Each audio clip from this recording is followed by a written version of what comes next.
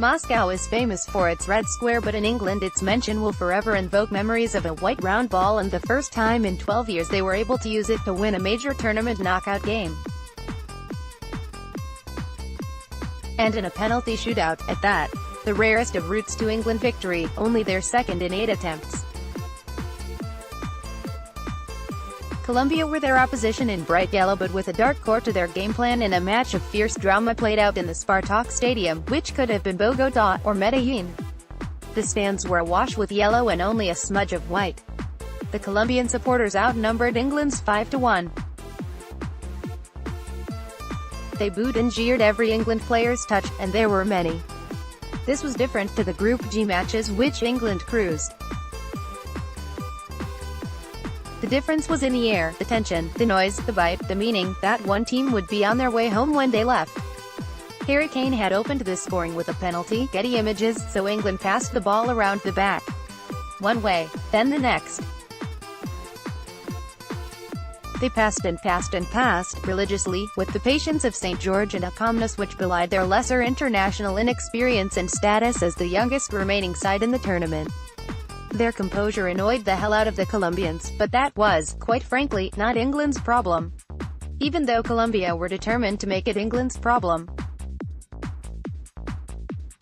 The game turned spiky, quickly, with plenty of contentious decisions. Wilmar Barrios clearly headbutted Jordan Henderson as they waited for a Kieran Trippier free kick in a Colombia wall, 5 minutes before the break. It wasn't one of those, put your forehead through someone's front teeth headbutts, but it was a headbutt in the literal sense that the Colombians headbutted into the Liverpool midfielder. Not the sort of thing that would get you kicked out of a nightclub, granted, but definitely a red card offense on a football field.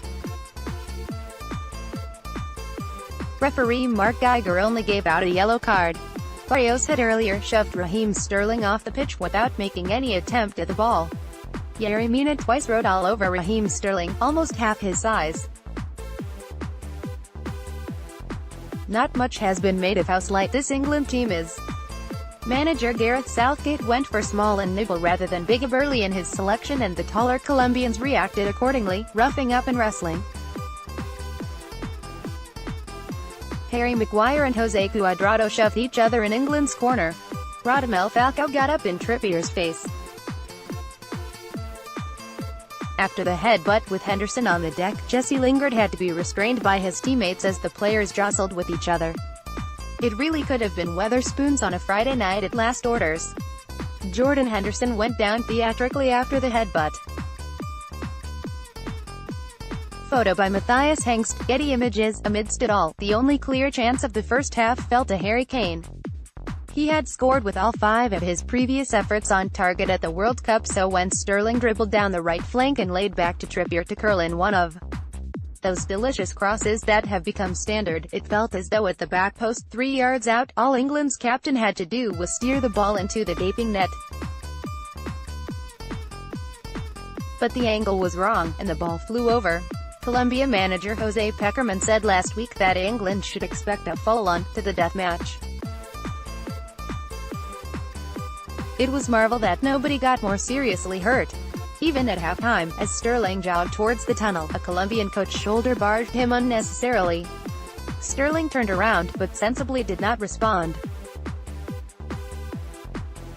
So when Colombia's approach finally backfired 10 minutes into the second half, aided by a glorious piece of England set-play inventory, it was fully deserved.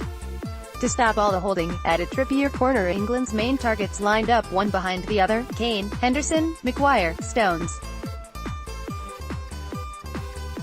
Carlos Sanchez tried to keep hold of Kane as the ball came in but bundled him to the ground. Clear penalty. Harry Kane is felled in the box. Getty Images. In keeping with Colombia's dark arts, Johan Mojica raked up the penalty spot with his studs while their players argued for 3.5 minutes with the referee. Outrageous. Regardless, Kane doesn't miss penalties. He has a wonderful ability to blot everything else out. He had a long wait for a spot kick against Panama as well, and keep calm.